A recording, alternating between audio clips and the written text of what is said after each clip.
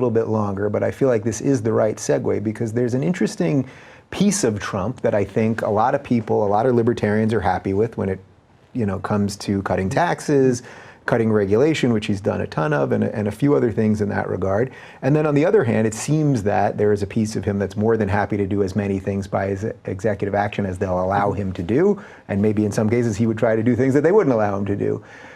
So you supported the guy, so let's just start there. When it was bubbling up in your head that you were going to support him, or at least, you gave his campaign money, all of that, what kind of internal discussion were you having with yourself, or were you having it with friends and colleagues and things like that?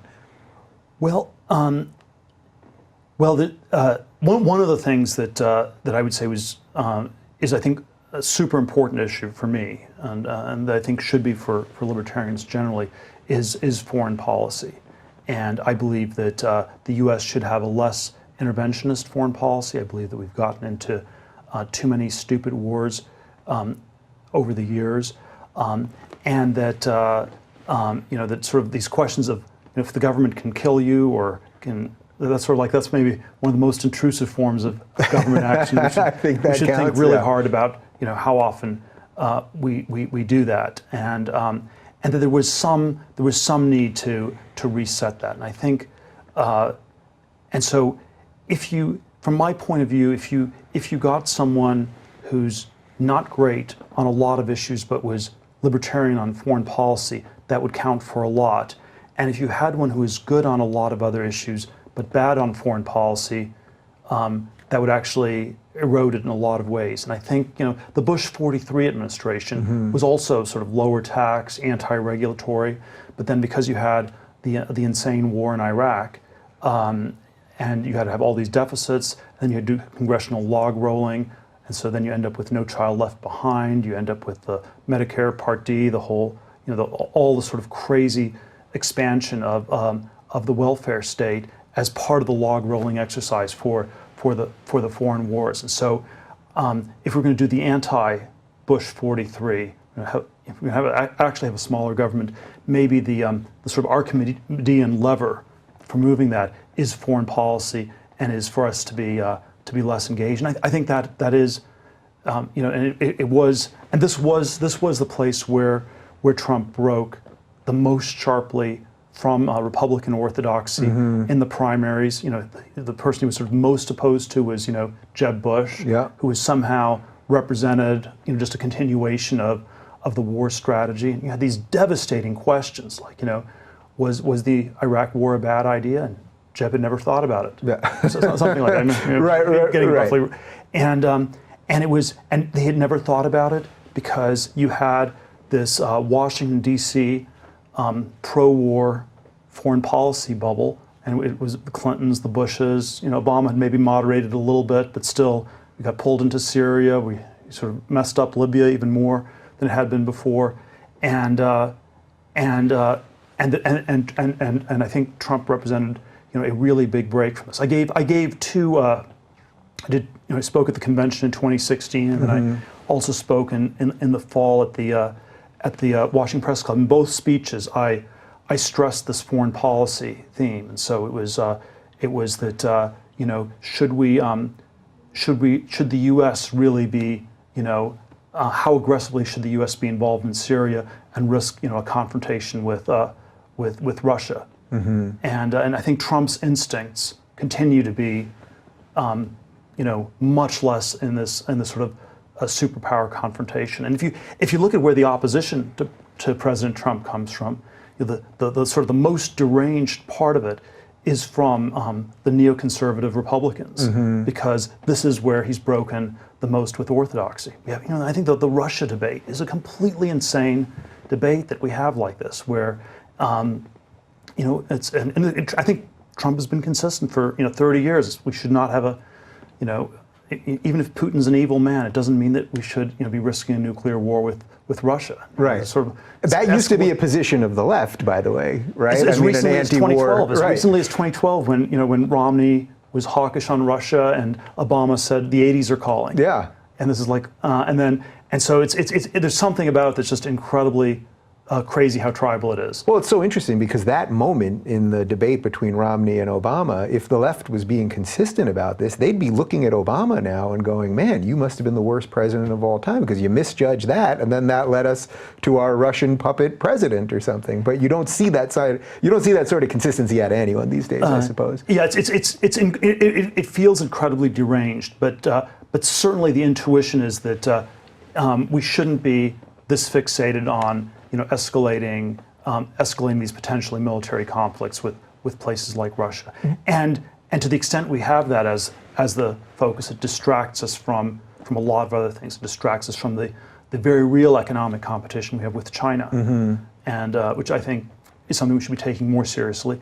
And then, of course, even more importantly, maybe distracts us from solving some of the problems at home. So I do think the having a less aggressive foreign policy, that's maybe the preliminary step to getting to really fixing on solving our own problems. Does that show you how deranged the conversation has gotten? Because if you listen to conventional thinking on this, most of, I think, Trump's critics will say, look, he's saying all these things about North Korea, or he's making all these threats about Syria, or we dropped the mother of all bombs, or all of these things. But you're actually making the reverse argument. I mean, they're trying to argue that he's really the warmonger. He's the one that's going to lead us to World War III. And really your argument is he's the one doing the reverse of those things, at least for now. Yes, I mean, look, I think we have a certain type of military-industrial complex, and so there are parts of this that are sort of almost on autopilot.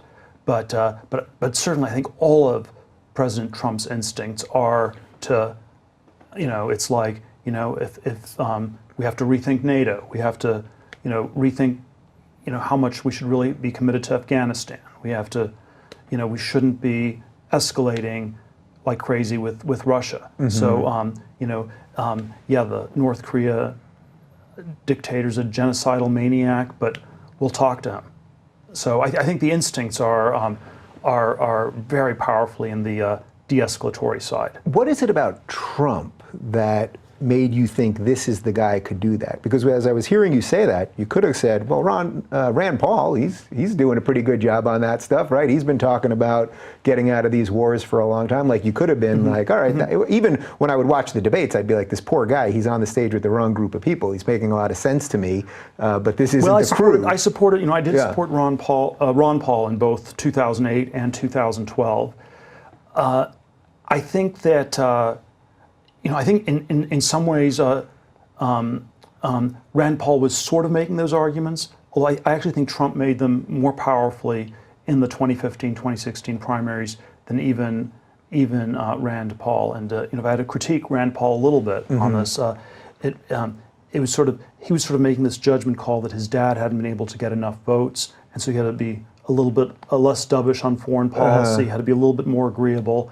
And of course, he did end up doing much less well than his dad because he sort of, in a way, downplayed what might have been one of his best issues, and then Trump just articulated far more powerfully. So what is that X factor thing with Trump? Because obviously this was starting to be like a runaway train, and all the momentum was there, all the media attention was there. It takes us kind of back to the beginning of when we sat down, the way you described PayPal, when it started really getting into that growth phase. So you must have seen that too and thought, all right, the right ideas are kind of here, but really what I'm seeing is... Well, there's, you're at least talking about some things. You're talking about some of the important substantive things that we should be talking about. And part of the negative part is that it's a contrast to how bad a lot of the other people were. I mean, I met a number of the different Republican candidates running in 2016 in small one-on-one meetings, and I mean, they were like zombies. Wow. And it was just, you had just sort of the ideological talking points.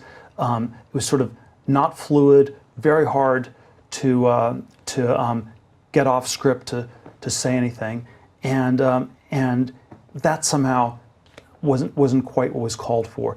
And of course, there was something else about Hillary Clinton that was very much like this. And I think the revisionist sort of history people like to now say is that Hillary Clinton was this terrible candidate, and I think she was the best candidate the establishment could put up.